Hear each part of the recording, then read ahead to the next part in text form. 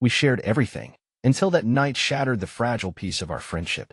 At sunrise, the warmth of our shared laughter was buried somewhere beneath the wreckage of broken promises and hushed confessions, leaving only silence as a witness to what had irrevocably changed between us. Growing up, sharing every thought and secret was how we lived. Under stars, in the dim glow of forgotten street lamps, we whispered our truths when the rest of the world slept. It built an unspoken trust wrapped in laughter and quiet understanding. Until that night. Everything blurred when I saw her there, standing under the harsh hallway lights, eyes flickering between guilt and, inexplicably, defiance. It was as though she challenged me to understand. Beside her stood my best friend, weighted by an expression I couldn't pin down. Betrayal hung in the air, sharp and bitter. It was like tasting acid on the tongue, knowing the severed trust between us was now irreparable. Their actions cut through my world's fabric, and somehow, I was expected to stand in that gaping wound and find compassion for him. Narratives shattered in those silent seconds, leaving me only with jagged edges and disbelief. I paused at the doorway, keys clattering softly against the wall, and the pit in my stomach told me I wasn't alone, not in the way I expected. The house was quiet, too quiet, like the calm before a storm. Usually, Emily's laughter or the hiss of a pan would greet me. Not today. Today, silence wrapped itself around me, a heavy, suffocating blanket I couldn't shake off. I kicked off my shoes, every inch of me aware of the weight in the air, pressing down on my shoulders, my chest. Something, or maybe someone, lurked just beyond my sense of sight and sound. I walked down the hallway, the floor cool beneath my feet, listening for clues, anything. As I neared the living room, I heard them, hushed voices, too close, too intimate. I froze, fingertips brushing against the door frame. My heart thudded louder, a powerful bass in the thick atmosphere. And then, a soft chuckle pierced through, one I knew too well. Mark. The realization hit hard, a sharp punch right above my ribs. I leaned into the doorway, my breath hitching.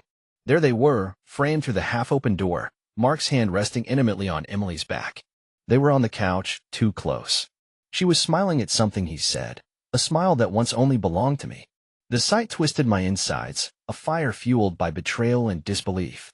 I stepped back, my presence unnoticed, or maybe unacknowledged. Their world was sealed, a space where I was suddenly an outsider. I walked backward, fumbling into the dining chair, the scrape of wood on wood breaking the spell.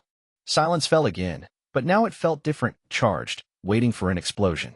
Hey, you're home, Emily's voice called out, a fraction too cheerful. I blinked, clearing the shock from my eyes as I stepped into the open.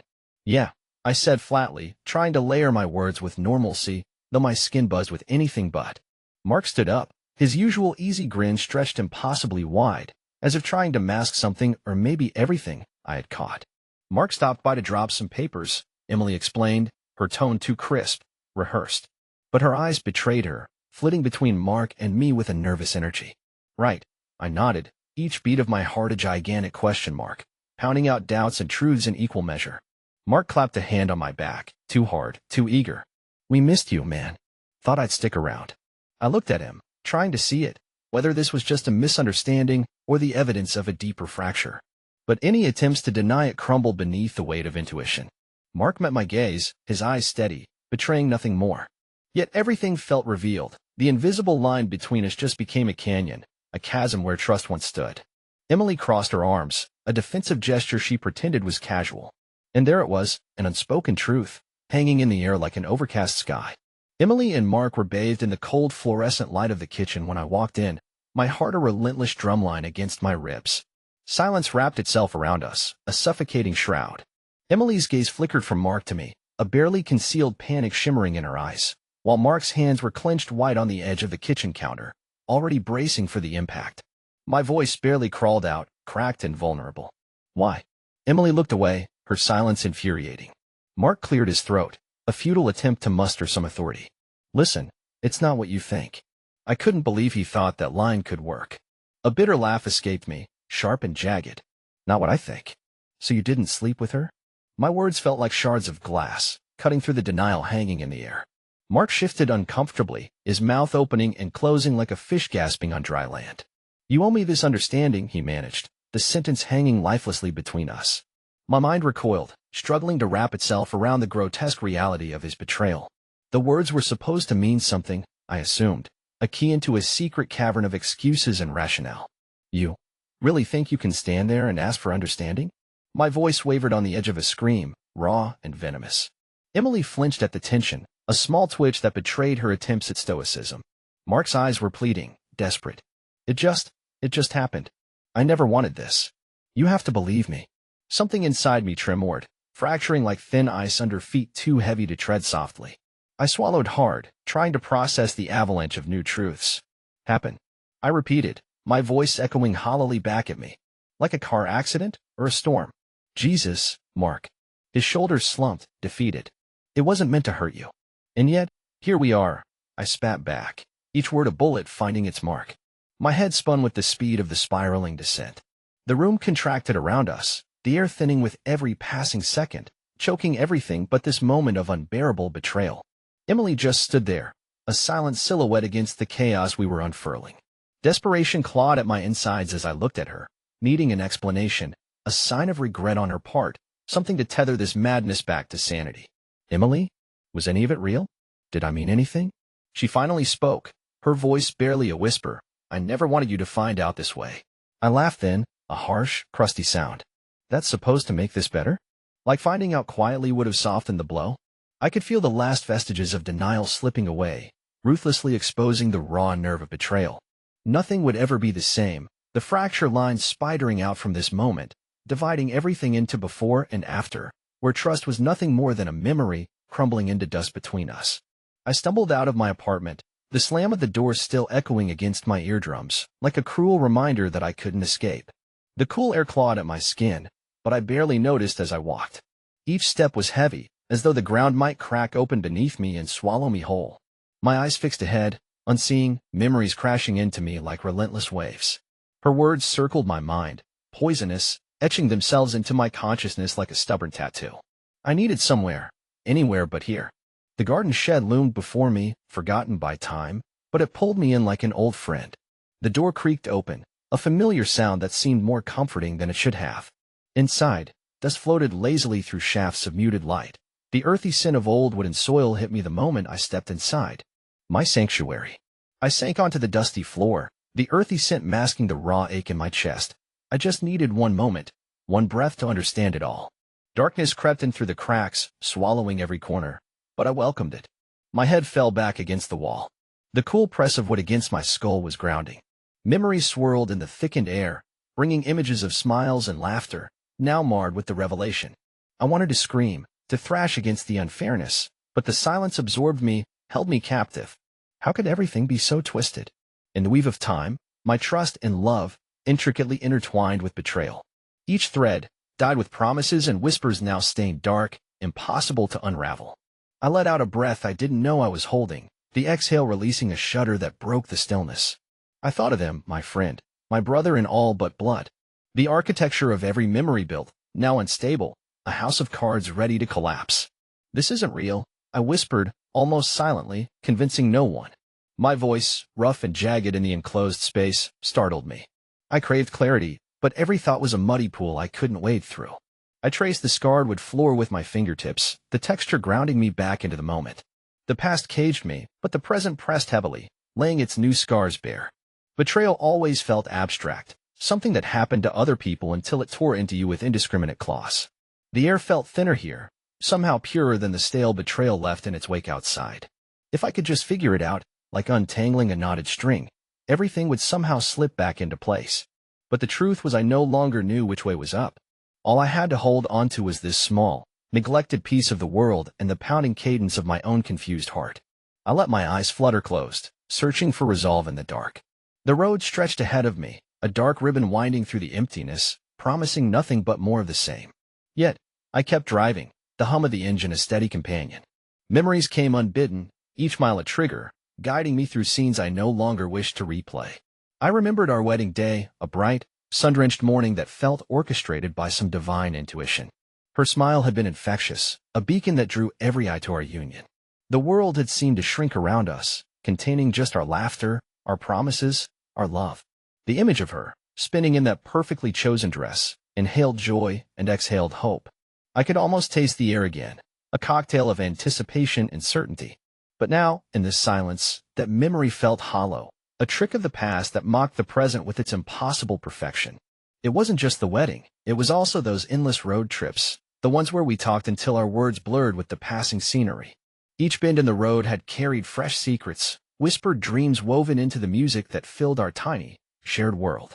I could still hear her voice over the radio static, see her reflection in the window, the flash of brown eyes full of plans. Those drives had been our escape, a moving confessional booth where nothing seemed out of reach.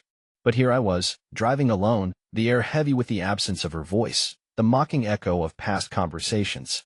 Empty seats carried the weight of unsaid things, everything between us left to rot in silence. The lines on the pavement flickered like a heartbeat, each beat ticking away another moment of the life I thought was ours. Late-night talks over coffee came back too, the way we dissected the universe and stitched it into something uniquely ours. Her laughter, bright and uninhibited, used to echo into the small hours, binding my heart with a warmth I'd once believed unbreakable. Now that laughter niggled in my mind, chased by a specter of what was lost, a siren song that faded into whispers of deceit. Every mile I drove was haunted by ghosts of laughter, turning every cherished memory into a graveyard of what could have been. These memories, once vibrant tapestries of our story, were now brittle threads unraveling, leaving me alone to drive through their debris. And yet, despite the bitterness that crept into each memory, my heart clung to them. I wanted to hate her, to forget her, to erase the echoes, but the memories wouldn't let go. They demanded to be heard, dragged me into their relentless tide, leaving me adrift in a sea of what used to be, questioning what part of it had been real at all. The road stretched on, holding no answers for what lay beyond, leaving me to wrestle with the weight of all I had lost, turning towards an uncertain horizon. The room was dim, only the flickering light from the television casting restless shadows across the walls. My mind was heavy, thick with the exhaustion that comes after too many nights spent chasing sleep that never quite arrived. Emily sat on the far edge of the couch, her presence a barely their warmth. The silence stretched, an invisible cord taut between us, fraying at the ends. I turned to her finally, and the air shifted, expectant, like it could sense a storm creeping in. Her lips parted as if to speak, but no words came, only a heavy breath that lingered in the space between us. We lost each other somewhere along the way, didn't we? Her voice, soft and wounded, filled the room, tapping gently at the shell I built around myself. For a moment, I stayed silent, hoping the question would unravel itself and drift away like smoke. But here, in the naked quiet of our shared solitude, there was no escaping. I nodded slightly, the movement almost imperceptible, yet enough to acknowledge the truth that had been smoldering like a slow burn in both our chests. She continued, a slight quiver in her voice. I tried to pretend that this was enough, that we were enough. Her eyes searched mine, desperate for something I wasn't sure I could give. Understanding, maybe. An apology. Or just the barest moment of connection. I looked down at my hands, fingers intertwined like they belonged to a stranger. I know, I said, voice rough with fatigue, heavy with the weight of words left unsaid. I felt it too, you know. Emily's eyes shimmered with unshed tears, a spark igniting in the darkened room. There was always so much we left unsaid. Her confession hung in the air, and all I could do was nod, a slow acceptance of our shared demise. A flicker of anger sparked in her eyes, but it wasn't directed at me. It was the anger of loss, of paths not taken. I think we wanted different things, she whispered, almost to herself, the words barely more than a breath. I closed my eyes for a moment, seeing years of small moments unravel, all the little pieces that should have added up to something whole but never did. We were just surviving, I murmured, feeling the edges of our shared history begin to blur. I still care about you, Emily said softly, the sincerity in her words a gentle balm against the ache inside me. But maybe we aren't what we thought we were. As she spoke, the soft tremor in her words settled something in me. A truth we'd long avoided confronting lay bare between us. The television flickered, casting us back into a silence that felt different, less burdened by the need to fill it. We sat like that, two figures in the half-light, knowing the path ahead was fragmented, scattered with questions we couldn't yet answer. But for now, understanding glimmered in the silence, holding us together just a moment longer. The floorboards creaked in familiar protest beneath my weight as I paced the small living room, the same one where we spent endless afternoons building fairy tale castles out of Legos. My throat was raw, echoing the chaos inside me, the kind that raged silently until it erupted when no one else was around to hear. I could almost see the shadows of our childhood selves darting across the room, oblivious to the complexities that awaited them in adulthood. Amara sat on the patched-up sofa, her eyes a gentle insistence that pulled words from depths I hadn't dared explore. I'm breaking inside, I admitted, The words a fragile whisper against the echo of her unwavering support. Her silence was its own kind of encouragement, urging me to continue without demanding more than I could give. The old clock ticked in deliberate rhythm, a metronome to our awkward score of broken trust and residual affection. She exhaled deeply, a sound so heavy it felt like it could shatter the fragile peace, yet somehow it steadied me. Her presence was a lighthouse picking me out from the turbulence, the keeper of the bedrock truths I seemed to have lost in the storm. "Remember when Peter and I first got together?" I asked, the reminder turning my stomach with a mixture of nostalgia and grief. She nodded, not rushing me, letting me navigate the painful terrain at my own pace. I thought we were invincible. Her hand found mine, a lifeline. "It's okay to feel this way," she said, her voice a balm over my jagged wounds. "It's all right to mourn what's lost." The words hit me like a revelation, crashing over me with a bittersweet clarity. They held weight, grounding me in a reality where betrayal didn't necessarily erase the chapters we'd shared, those that had meant something, before everything went dark. "He says he's sorry," I murmured, each syllable a reluctant release. "But I don't know if I can, if I should, forgive him." Amara's brow furrowed, contemplating the delicate web I was trying to untangle. "It's your decision," she said after a moment, each word deliberate, slow. "But make sure it's the decision that heals you. That's what matters." Her words hummed inside me, forcing new pathways of thought, like seams of light filtering into a room I'd thought was locked. We sat there, the silence between us a shared understanding beyond articulation. She didn't offer a solution wrapped in certainty, and somehow that lack of pretense was its own comfort. For the first time, clarity hovered on the horizon, a gentle promise.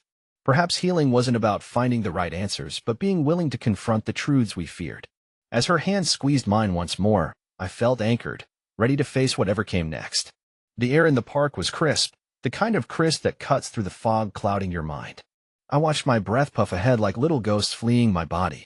Birds muttered in the distance, their songs half-hearted and weary. Leaves whispered underfoot, each step a conversation with the earth, grounding me while my thoughts soared in confusion. Steps faltering with every breath, I wondered if forgiveness was a bridge too fragile to cross. Could it really hold the weight of all that's been spoken yet left unresolved? With each crunch beneath my feet, I rehashed the argument, the one that had torn open old wounds and left me aching. The path stretched ahead, familiar yet somehow altered by the turmoil swirling inside me. I wondered if it was possible for landscapes to change with one state of mind.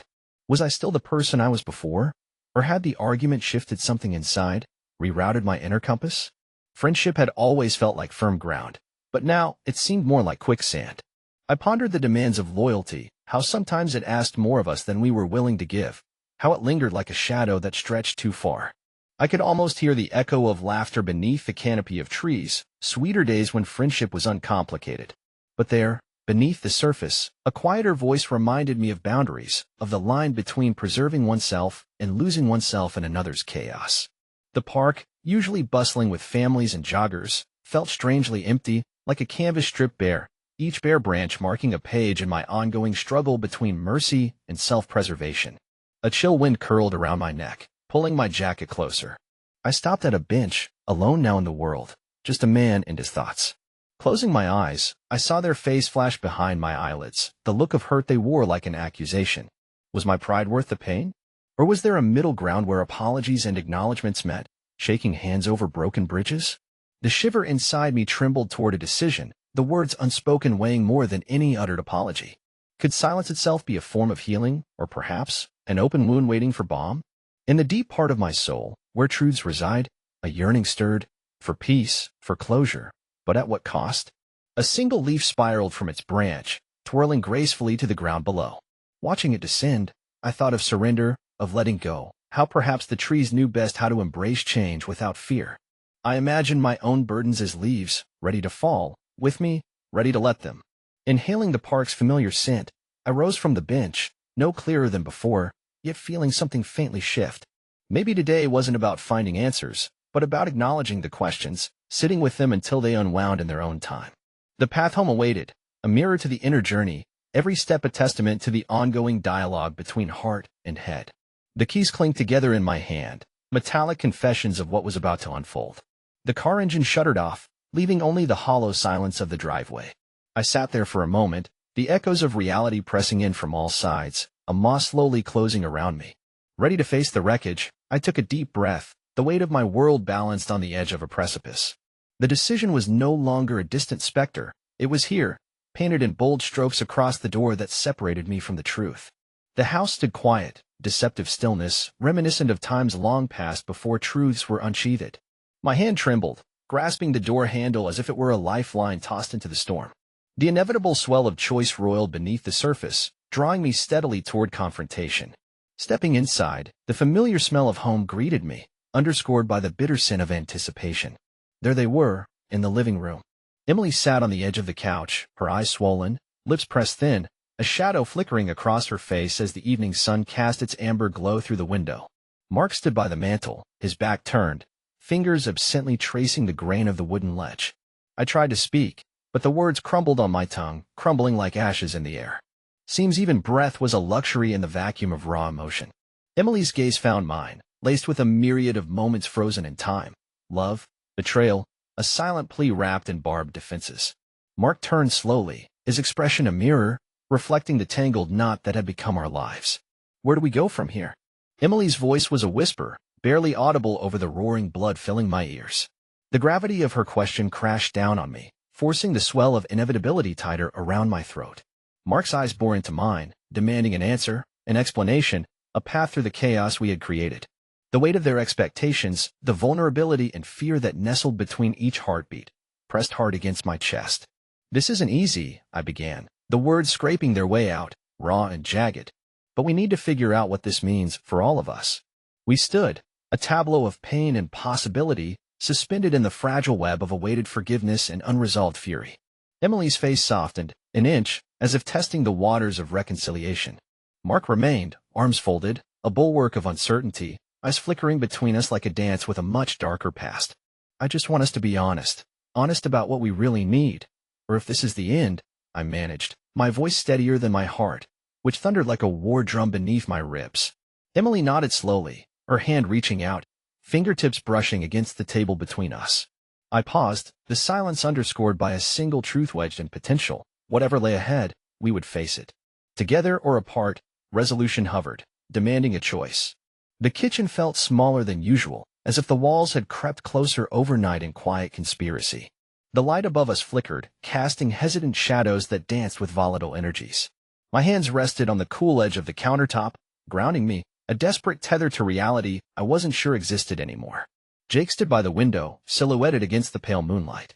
His once comforting presence now felt like a heavy burden pressing down on my chest. Claire, my wife, sat at the kitchen table, her fingers entwined so tightly together they turned white, a silent plea for strength or perhaps absolution. We were all tethered together, yet oceans apart. I don't even know where to begin, I murmured, breaking the oppressive silence. My voice was raw, choked with emotions I could barely articulate. It trembled, each syllable a forceful attempt to hold back a storm. Jake shifted, the old floorboards creaking under his weight. His gaze, laden with an unbearable mix of regret and defiance, met mine. We both knew this would come out eventually, he said, his voice steady, a stark contrast to the chaos swirling inside us. The words felt rehearsed, practiced after countless silent moments alone with his guilt. Claire's eyes flicked to mine, then away, as if even the mere act of acknowledgement might shatter whatever fragile veil of civility we clung to. She swallowed hard, the sound deafening in the stillness. I never meant for any of this, she whispered, eyes brimming with tears that mirrored my own unresolved agony. Meant or not, here we are. I forced the words out, every muscle in my body tensing with the effort to keep myself from collapsing under the weight of betrayal. We've crossed a line we can't retract, I said, each word a stone dropped into the abyss of our fractured lives. Jake inhaled sharply, a silent admission hanging in the air like smoke. It didn't feel wrong until it was too late, he confessed, his voice tinged with desperation, as if hoping something in my expression would signal an absolution I couldn't grant. The room seemed to pulse around me, the quiet settling like a shroud. You knew what we had. You both did, I replied, my voice gaining an edge I barely recognized. But the truth is, maybe I lost both of you long before I even realized. Claire reached out, her hand trembling as it touched mine. Her skin was warm, familiar, yet now foreign in its betrayal. Please, she murmured, can we ever? No, the words sliced through her plea before the question even found its shape. There's no going back from this. Maybe we need to let go. The air crackled with unresolved tension as my hand slipped from hers, severing that final thread. I stepped back, a single heartbeat in that small, suffocating kitchen marking the quiet ending of us, and maybe, the painful beginning of something new. In the silence that followed, no easy answers emerged, only the echoes of what once was, and the uncertain shadows of what lay ahead. The quiet envelopes me, a dense, impenetrable fog in the dimly lit room. It's a silence that swallows everything whole, leaving only the sound of my own heartbeat, a tired and reluctant thud in my chest. I sit cross-legged on the cold wooden floor, staring at the blank walls that used to hold memories. It's strange how the absence of people can shift the weight of a space. The void feels full with all that's been stripped away. The old photo frames, the indents on the couch where we'd spent lazy Sundays, everything sings of vacancy. My fingers toy with the edge of a frayed rug. I can feel the day creeping in, threads of light barely visible through the drawn curtains. That light used to promise so much more. Now, it slips in like an uninvited guest, tiptoeing across surfaces, unsure of its welcome. Across the room, the coffee table stands, mournfully bare. A reminder of where cups of tea and laughter used to coexist. I wonder if a room ever truly forgets or if it just learns to pretend. My phone sits between us, a little brick of unanswered questions and silenced connections. There isn't much left to say. Mark's number lingers in the logs, each missed call another scar I've chosen to not revisit. The decision was like ripping out a foundation stone and watching everything else crumble before you. Now, there's just this, the aftermath, a kind of hollow piece that feels almost like an acceptance. Life without Mark, I tell myself, stealing glances at where he always used to sit, is something I have to live, not because I want to, but because I must. I think of Emily, how she would fill the silence with her bright chatter and endless plans. The space between us now feels insurmountable, the distance a choice, neither of us brave enough to close it or own it. A small part of me hopes she finds her way to me again someday, but for now, I let that hope simmer quietly, untouched by reality. As dawn creeps in through the cracks, I realize healing isn't an explosive event, but a slow, hazy journey, one I'll have to take alone, step by tender step. This room, this once lively heart of shared existence, now holds the rawness of beginnings. Maybe tomorrow I'll open the curtains fully, let the sun in to claim its space again. For now, I sit and let the stillness embrace me like an old, familiar song. I'll build something new here, I think. I have to believe in that, as uncertain and unformed as it stands. A new identity, a fresh narrative, all waiting to unfold in the silence of this space. As the light lengthens across the floor, I allow the quiet to continue its work, reshaping the parts of me that still remain.